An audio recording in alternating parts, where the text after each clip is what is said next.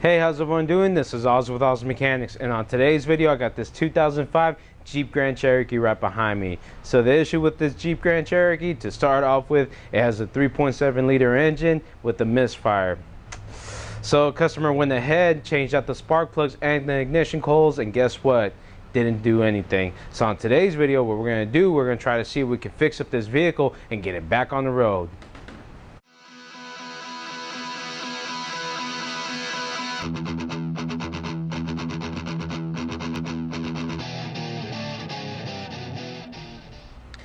Alright, awesome. So what we're going to do, we're going to start off with, we're going to check out the codes right here, see what we have. And we have a P0303, so cylinder number 3 misfire. And on top of that, we have an air intake temperature circuit high. Most likely when they're removing the coils, they probably disconnected that. But let me show you something right here. If we look here, we can see that we have coils that they did change out. And if I'm not mistaken, he did say that he did spark plugs as well. So basically a tune-up. First thing they did, as soon as he brought this car over, remember, I like doing relative compression tests, and I'm going to show you how to do this. Pretty easy. So right here, our gas pedal. All we're going to do, some vehicles have this, it's called a clear flood mode. So we're just going to go ahead, press our gas pedal all the way down, go ahead and turn the key to the run position. So here it goes. Alright, that's a clear flood mode. If we take our foot off the gas pedal, it's going to turn on. You see? Turns on. Alright, so why are we doing this? Basically, we're just trying to hear the cadence on the actual engine. And when I did that, I heard inconsistency. I heard a little pop right here. So let me go ahead and try the clear flood mode. So like I said, push it all the way down, and let's see if you can hear this. We heard a little bump right there. So right now what I want to do, I'm going to go fire up my scope, and we're going to look at our actual relative compression. Let's go to the front of the vehicle. If you want to see a little bit more on relative compression, I do have a video. I am going to put a link up above or in the description so you can check out that video. But let's go to the front of the vehicle and let's hook that up. Alright, so we have our high amp clamp hooked up. It is turned on. Now I'm going to direct you to the actual Picoscope, and we're going to go ahead and crank this vehicle over and see what we get. Alright, sweet. So right now we are hooked up to the Pico. Let's go ahead, let's crank this vehicle on. Let's crank it over. Do it for a couple of seconds. Perfect. Let's see what we get. Look at that right there. So we can see 1, 2, 3, 4, 5, 6. 1, 2, 3, 4, 5, 6. We have a big old rise coming up right here, and then it starts dropping. Big old rise, dropping, big old rise. All right, if we know anything about this this 3.7 and so on, 4.7, they have an issue with the rockers falling off. So basically when the rocker falls off, guess what? The valve does not move.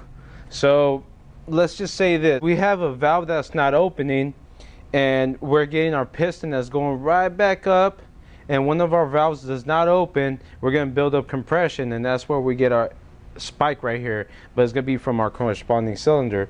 So essentially what I want to do right now, because it does show actual misfire in cylinder number 3, we're going to go ahead and put our in-cylinder pressure transducer. I'm going a little bit overkill right here, but I want to see how our actual waveform looks right here. I'm suspecting maybe a exhaust valve, the rocker that fell off on the exhaust valve. So we're going to see how that looks, and then hopefully after we fix this up, we're going to do another test to look at relative compression, and then on top of that we're going to check out in-cylinder pressure transducer to verify that we have the actual fix. Alright, so as you can see, we have our in-cylinder pressure transducer on cylinder number 3.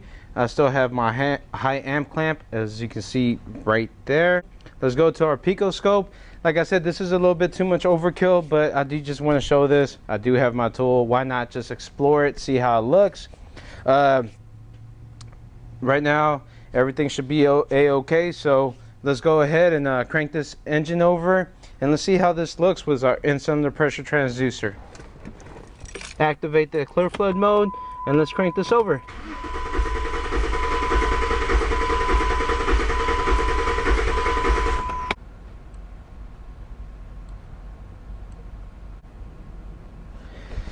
All right. I don't know if you can see that clear as day, but right here, what we don't want to see, check this out. We have a nice little pocket right here, and this is our exhaust vent right here.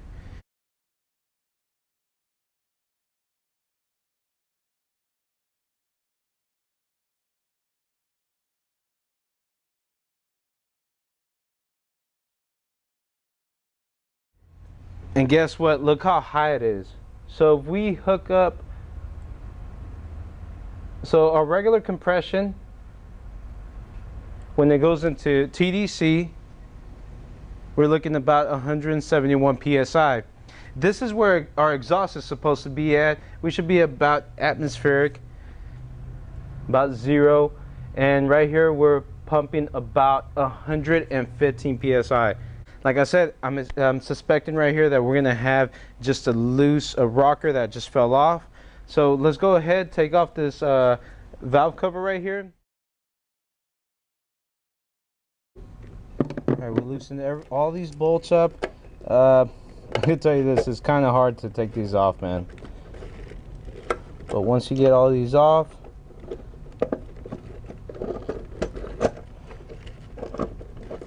because this wiring harness is in the way.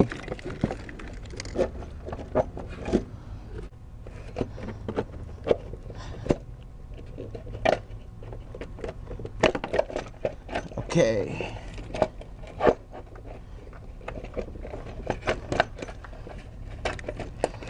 Alright, that was hard. And there you go. Look. Let me zoom in right here so you can see that. I don't know if you can see where we're missing something. There's a rocker. We're missing one right here. And if we look,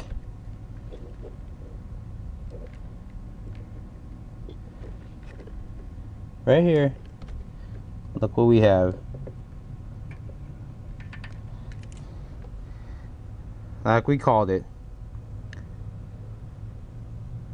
I'm gonna go ahead, replace this lifter right here,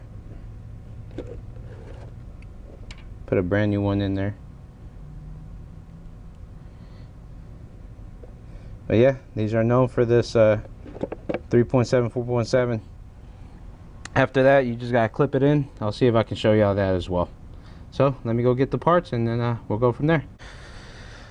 All right, awesome. So we have our brand new lifter and rocker. They weren't too expensive. Essentially what we're going to do, we're going to take off our old lifter right here. We're going to put our brand new lifter in place.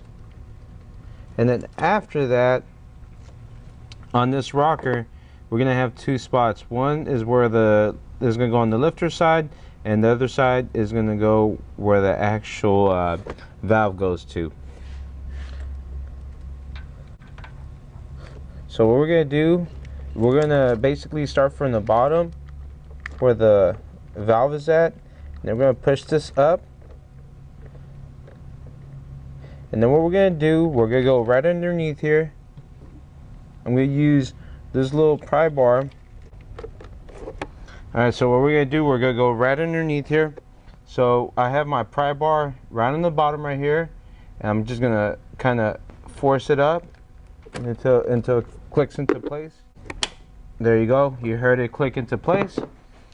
Now we're in there. So like I said, it's kind of hard to get this, but essentially what we did, we're gonna kind of set this in place, and what we're trying to do is set this where the lifter's at and then pop it in. So we're gonna go right on the back and then push that in place, and it's gonna go in. But let me put everything back together, and then we're gonna test this out and verify everything's okay. As you can see, rocker's in place, nice and tight. All right, so let's put everything back together and show you how it looks. Alright, awesome. So I have everything back on together. We got the valve cover on, we put the brand new rocker, we got the lifter. So I have my in-cylinder pressure transducer on cylinder number 3. That's the cylinder that we had the misfire. And on top of that, we have our high amp clamp on our positive cable. And let's crank this over. I don't know if you can hear that cadence. That is sounding really good. Let's check that out. All right, so if we move our blue trace out the way, let's just do that for the meanwhile. See what we have right here. So remember, beforehand we had a jump and then another jump on our exhaust and then another jump. So it looked kind of off right here. We have our power stroke right here and our exhaust, our intake, and then our compression. Exhaust, compression, and all that. So as we can see, we have a fix right here. Let's just bring this a little bit down right here. As you can see, look at our compression, looking a lot better. As like I said, right now we're gonna be kind of low on this one, but as you can see, it looks a lot better, a lot more defined. Back then we had the big old hump. At least we know which one is kind of going bad right there. It's kind of lining up to our actual in-cylinder pressure transducer. So let's turn this on. I'm gonna put everything back on, and I think we got it fixed.